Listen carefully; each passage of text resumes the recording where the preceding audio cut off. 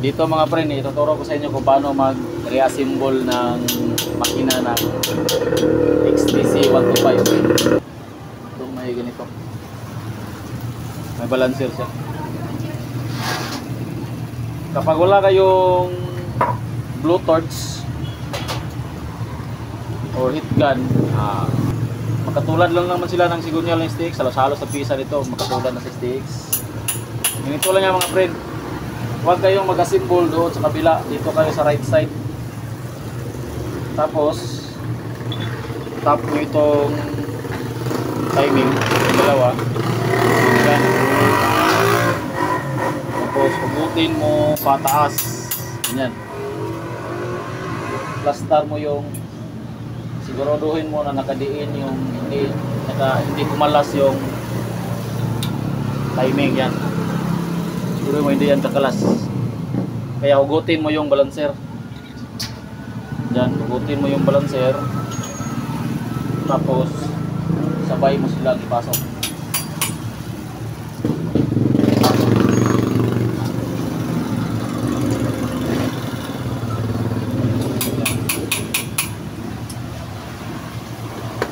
Yan lang.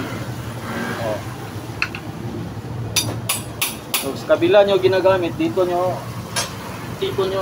binaon, kailangan nyo ng blowtorch, kailangan nyo itong painitan para madala nyo ipasok kasi ito yung mahigpit, medyo mahigpit kasi dito na side mahigpit.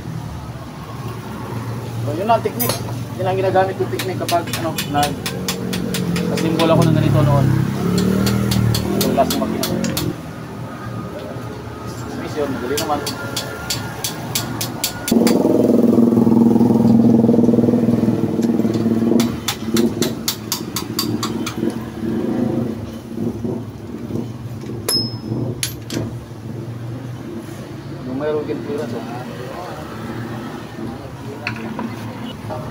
Then ito, huwag nyo kalimutan yung kanyang push rod. May push rod siya. Dito, pasok nyo kagad. Itong may point na to, dito, yung bulitas kanina, dito yun. So, gano'n yan. Huwag nyo kalimutan.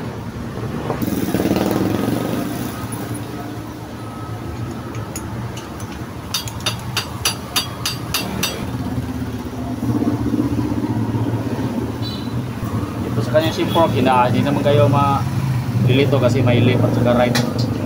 Yan. Right, left. Right sa ilalim. Left sa ibabaw.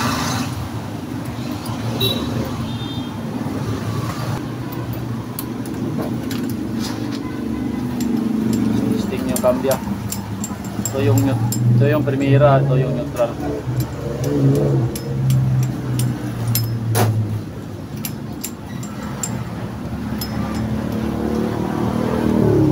Yan, neutral.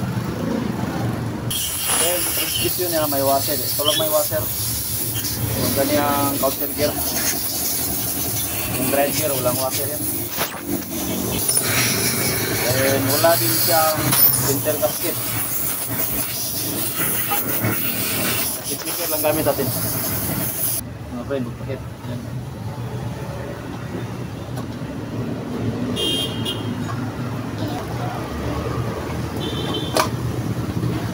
Dali lang ito, hindi katulad ng ibang makina na mahirap pasok.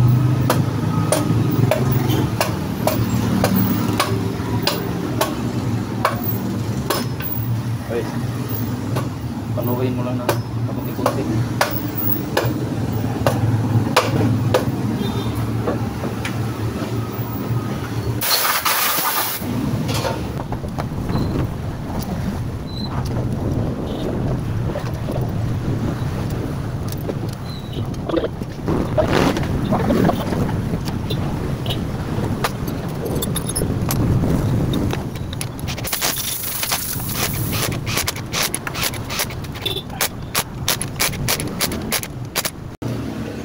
Dito mga friend, nagte-test tayo ng manual gear shifting gamit yung ating shift drum. Dito tinetest natin kung pumapasok ba yung cambio natin mula neutral hanggang sa kanyang fifth gear.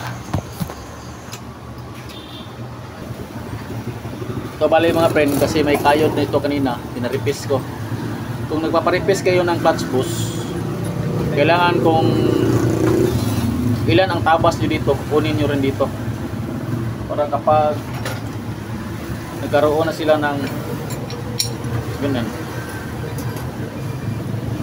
hindi siya magdidistansya, magkaroon ng gap. Standard pa rin yung gap na lalabas dyan. Dito nakita nyo, natabasan ito na mga almost 1 mm. Nagkuha rin kami ng 1 mm dito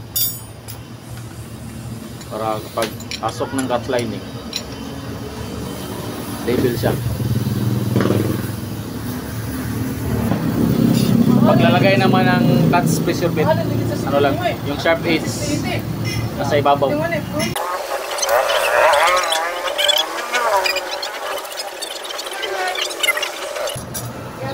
Bago nyo pala Bago pala natin ilagay yung kanyang right crankcase cover, gamit tayo ng adjustable, i-lift natin yung kanyang clutch arm. Siguraduhin muna natin na may freewheel siya kapag ginagamitan natin ng clutch, kasi ang adjustment ng clutch sa mga XTG ay nasa loob, nasa ibabaw ng kanyang clutch pressure, yung may nut at saka bolt dyan.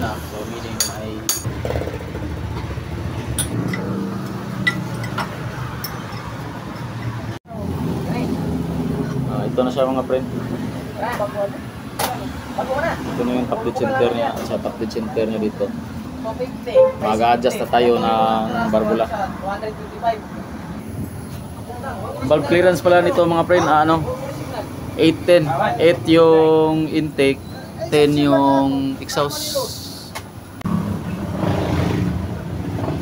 Okay na. Pwede na natin lagyan ng takip. Sa paglalagay pala ng tappet cover, huwag mo naman yung masyadong hipitan yung sa exhaust kasi may purpose tayo dyan. Yung sa intake, pwede nyo na hipitan ang gusto. Sa exhaust, huwag mo na hipitan masyado. Kasi may purpose tayo dyan mamaya. Pakita ko sa inyo kung anong purpose niyan. Bakit hindi natin siya hinipitan ang gusto.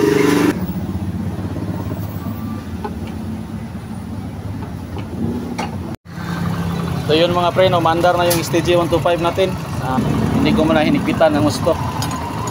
Dahil dito kapag umandar na yung makina natin, titingnan muna natin kung gumagana ba yung oil pump natin. Tingnan natin kung may oil ba lalabas dito. Panigurado, ito yung panghuli na gagawin natin.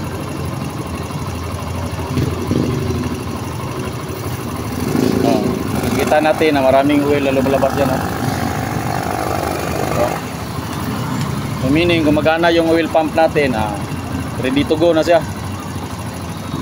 Hanggang dito lang ang video natin mga friend. Sana may matutunan kayo at God bless sa inyong lahat.